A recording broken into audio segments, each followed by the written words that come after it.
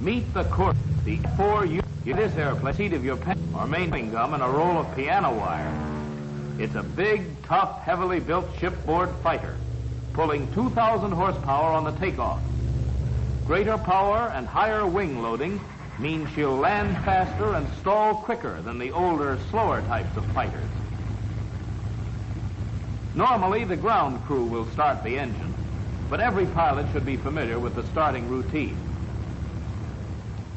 With ignition off, the prop is pulled through 3 or 4 times to clear the cylinders. A cartridge is placed in the breech of the starter, which is reached through a door in the accessory compartment.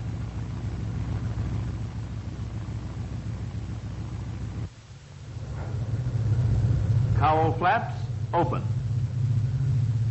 Alternate air control in. Prop control in low pitch, high RPM. Blower in neutral. Mixture control in idle cutoff. With fuel selector on reserve, the booster pump is used to raise fuel pressure to about 17 pounds. The engine is primed for 4 to 7 seconds, depending on whether it is warm or cold. Moving the mixture control forward and back aids in priming the induction system.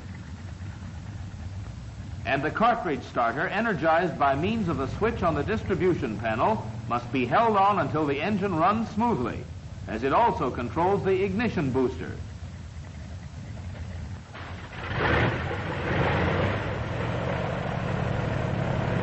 As soon as the engine starts, the mixture control is moved to automatic rich.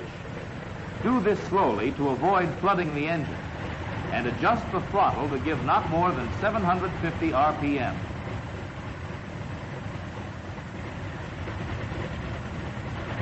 The wings are spread by moving the hydraulic control lever to the spread position.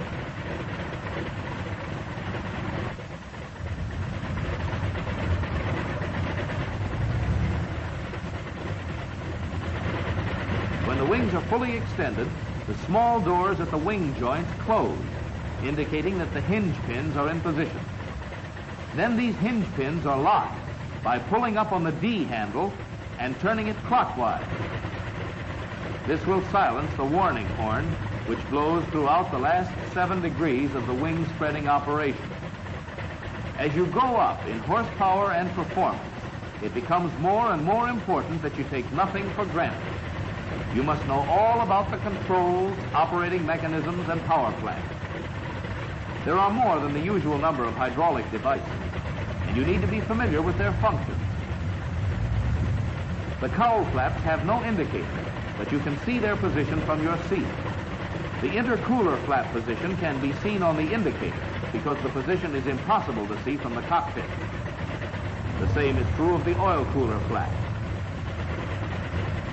The 3-point attitude of the airplane on the deck will vary depending on whether the tail wheel has a pneumatic tire or one of solid rubber. The latter brings the tail somewhat closer to the deck. But with the pneumatic tail wheel, the airplane rests at approximately the stalling angle of attack.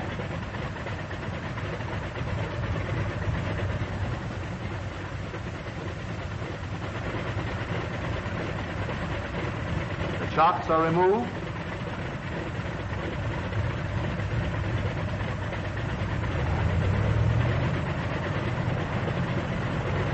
Brakes released. And you're ready to taxi away from the line. You'll probably have a tendency to use too much throttle. The brakes are very effective, but don't attempt a long taxi requiring a lot of braking. You can't get rid of the heat. And as you can see, taxiing is necessarily slow because of the necessity of S-turning to get better forward vision. Early models of the F4U are equipped with a check-off list switch instrument. When this switch is turned to takeoff position, the warning horn for the landing gear will not blow. Later models, however, do not have the check-off switch instrument. The check-off lists for taking off and for landing are placed on separate plates mounted on the instrument panel. Prior to takeoff, you'll check the following: wings and lock, Arresting hook control, up. Otherwise, you will be unable to retract the wheels after takeoff. Fuel tank selector, on reserve. A 50-gallon standpipe in the main tank. The main tank is pressurized and self-sealing. It has a total capacity of 230 gallons and is the only tank to have a quantity gauge. You have a 57-gallon tank in each of the outer wing panels for use in cruising.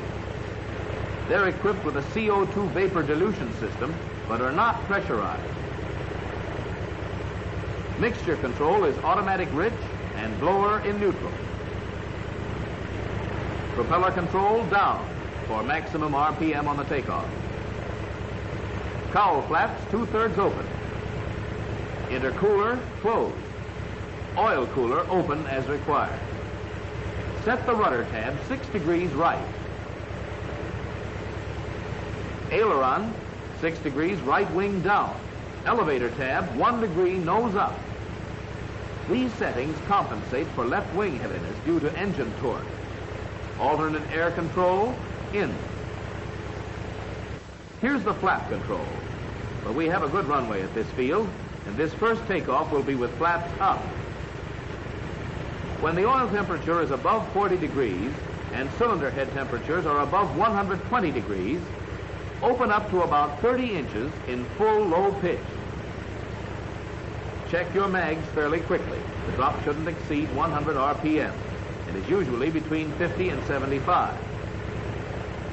Freedom from vibration is a good indication that the big engine is functioning properly. When you've gone through the checkoff list and you're all set, lock the tail wheel and take off into the wind. Ease the throttle forward and approach full power in step.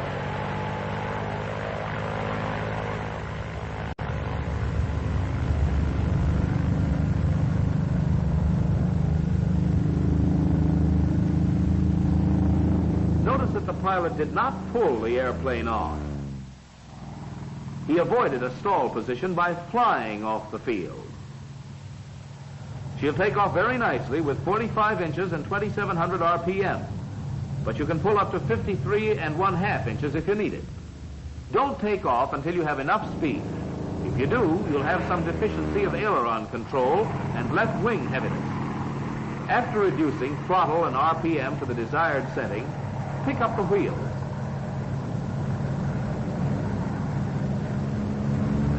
Let's go back and make a takeoff with the flaps down. For a carrier takeoff, you'll use about half flap, 20 to 30 degrees, with full power, while holding the plane with the brakes. Extreme caution must be observed to hold the tail down with the stick to prevent nosing over and digging the prop into the deck. With your flaps down, tab settings are even more important to reduce the force needed to maintain your run and takeoff path. 6 degrees nose right, 6 degrees right wing down, and about a degree nose up.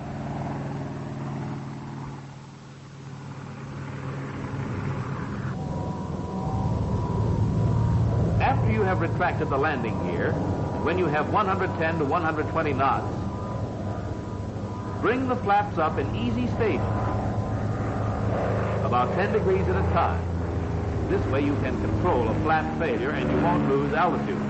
You can maintain your altitude and climb.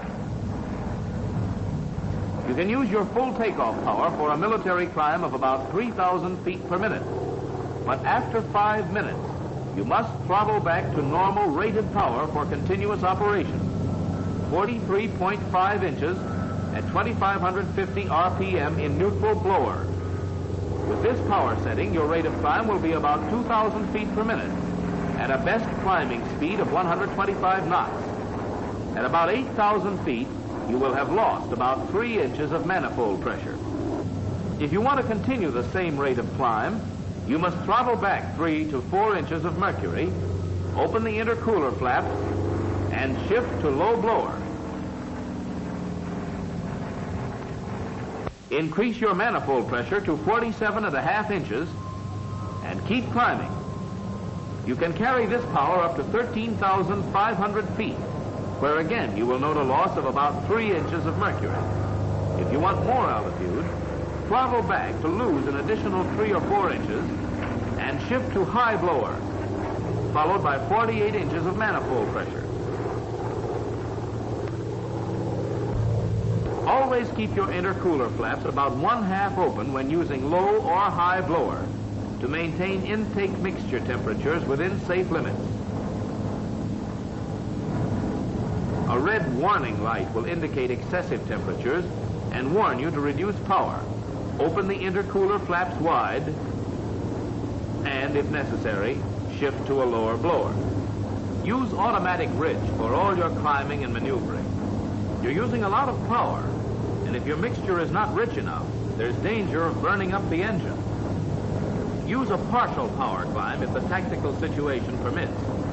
Around 135 knots is about the best indicated speed. The cylinder heads have a rather high limitation, 260 degrees, and this should be used with caution. Oil temperature shouldn't exceed 95 degrees. Let's level off for cruising. In the combat overload condition, you can carry 344 gallons inside and 160 in the droppable belly tank, a total of 504 gallons. Refer to your pilot's handbook frequently for data on fuel consumption. If you use military power, you'll burn 275 gallons an hour. Rated power, over 200. Maximum cruising condition will be in automatic lean, 2,330 RPM, 32 inches in neutral blower, below 14,500 feet. This condition will burn about 100 gallons an hour. Recommended cruise is automatic lean, 2,150 RPM, 29 inches in any blower, using about 80 gallons per hour. You can cut your RPM down to 1,350 at 29 inches and reduce the gas consumption to about 45 gallons an hour. With this low power, your 2-to-1 reduction gear will be turning the prop at 675 RPM, and the Corsair will hum along like an oversized sewing machine. Burn up your wing tanks first. They have no gauges, remember. And begin with the left one. That's the wing which stalls first due to the torque reaction of the engine. Now that we've attained a safe altitude, let's explore the stall characteristics of this airplane. We're going to stall with power off in the landing condition. With the flaps at 30 degrees, she'll go at around 77 knots and go quickly. Regain control as quickly as possible, and you'll run no chance of trouble.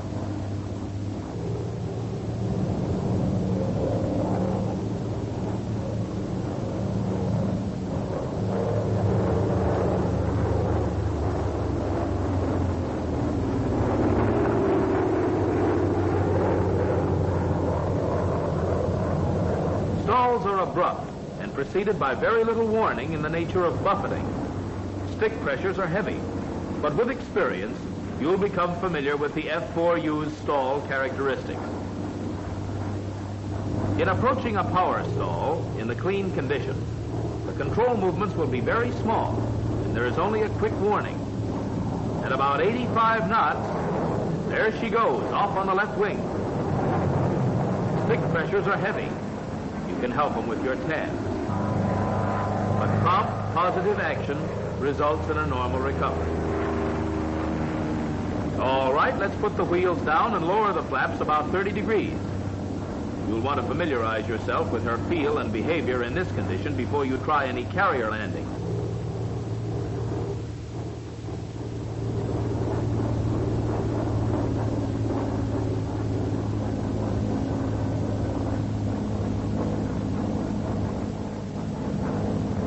With power on, she stalls a few knots slower, with an incipient spin to the left. Again, prompt action and normal technique bring about normal recovery.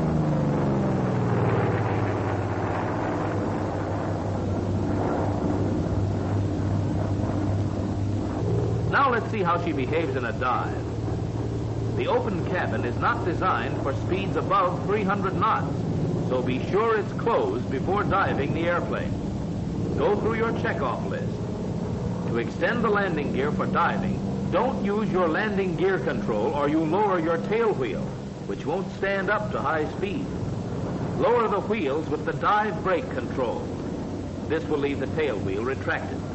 Throttle slightly open. Mix in automatic bridge. Fuel tank on reserve. All flaps closed, and you're ready to push over. Make your corrections early in the dive, and don't let the engine rev at 3060 for more than 30 seconds. Don't exceed the speed and acceleration restrictions placed on this airplane by current technical orders. And don't exceed 7 Gs in any loading conditions.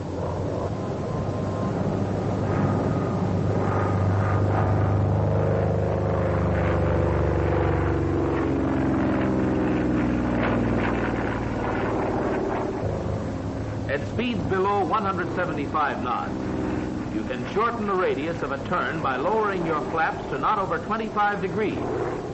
They're not to be used in diving or in pullouts, but were designed for possible use in increasing maneuverability at slow speeds and to assist in taking off and landing. However, it would be poor tactics to try to dogfight with any airplane with superior maneuverability. Use that reserve power and get out of there. The Corsair is not restricted as to acrobatic maneuvers, such as the loop, which may be entered at a speed of about 210 knots.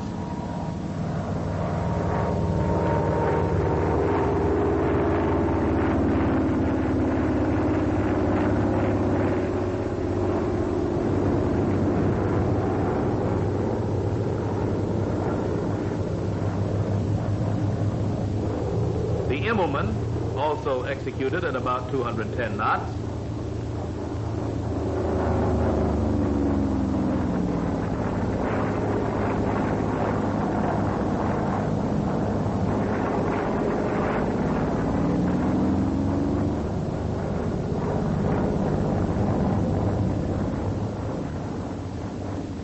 And the slow roll, which may be performed at a speed of approximately 180 knots.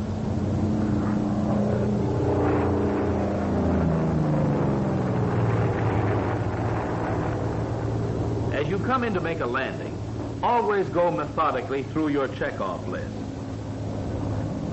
Keep in mind that the airplane in the three-point position on the ground is approximately in the stalling angle of attack. If you pull the tail down beyond this, the airplane will stall drop the left wing and make a rough landing. Flaps will normally be down about 30 degrees. Come in with power and make your first landing slightly tail high. You may notice the left wing getting a bit heavy, but you can set her down on 2 points and use the rudder to maintain your direction.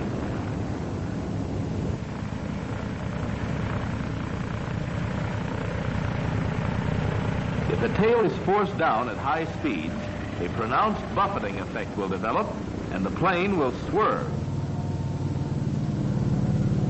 However, when the tail is held up by forward pressure on the stick, the buffeting effect will be slight and swerving will be minimized. Notice that the airplane should be down on all 3 points before the brakes are touched. You can't see directly ahead, and therefore you must be doubly alert to maintain your path. Normal technique with the brakes will maintain your direction, and experience will bring competence in any flap setting.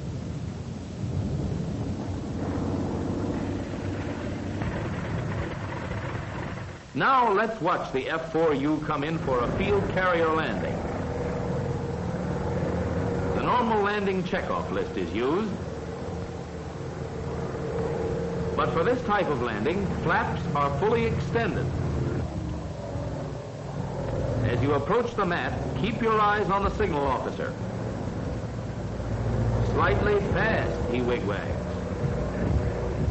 Now, a little low. When he gives you the cut, close the throttle, break your glide, and set her down.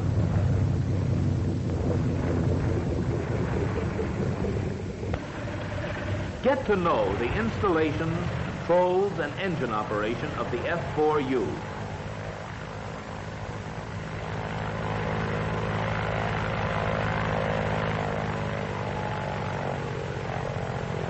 Familiarize yourself with her takeoff and landing habits and rather abrupt stalling characteristic. There's nothing about the Corsair that good pilot technique can't handle.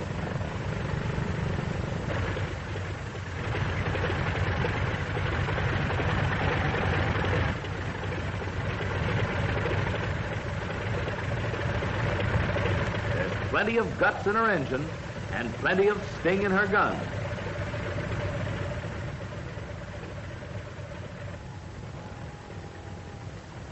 Use her power and speed for your own advantage, and put bombs and bullets where they will be most effective.